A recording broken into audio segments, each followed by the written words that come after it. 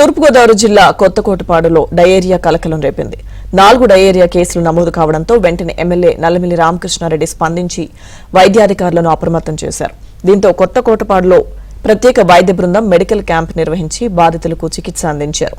Diarrhoea ప్రబలిన ఇళ్లకు వెళ్లి వారి ఆరోగ్య పరిస్థితి తెలుసుకున్నారు. బాధితుల ఇళ్లలో తాగునీటి నమూనాలు సేకరించారు.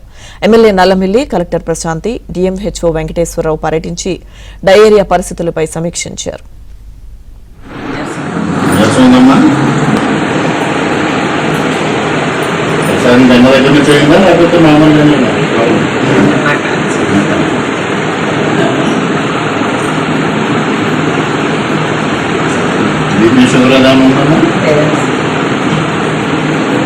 చూసుకున్నారా బాగానే డాక్టర్స్?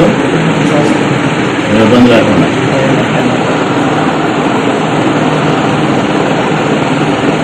అందరూ వచ్చారు. మిమ్మల్ని వచ్చేసరికి మీ మిమ్మల్ని ఉన్నారు. అందరూ వచ్చి బాగా చేశారు. ప్రస్తుతం డిపార్ట్మెంట్ పరంగా అన్ని చర్యలు తీసుకుంటున్నాము. 4 స్టేబుల్ గానే ఉన్నారు. ఇప్పుడు ప్రస్తుతానికైతే కొత్త కేసులు ఏమీ నమోదు కాలేదని స్పష్టంగా తెలియజేస్తున్నాము.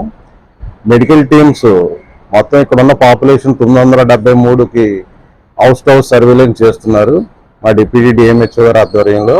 అలాగే డిఎంఎన్హెచ్ ఆఫీస్ నుంచి వచ్చిన ర్యాపిడ్ రెస్పాన్స్ టీం వారి ఆధ్వర్యంలో 6 శాంపిల్స్ వాటర్ శాంపిల్స్ కలెక్ట్ చేయడం జరిగింది.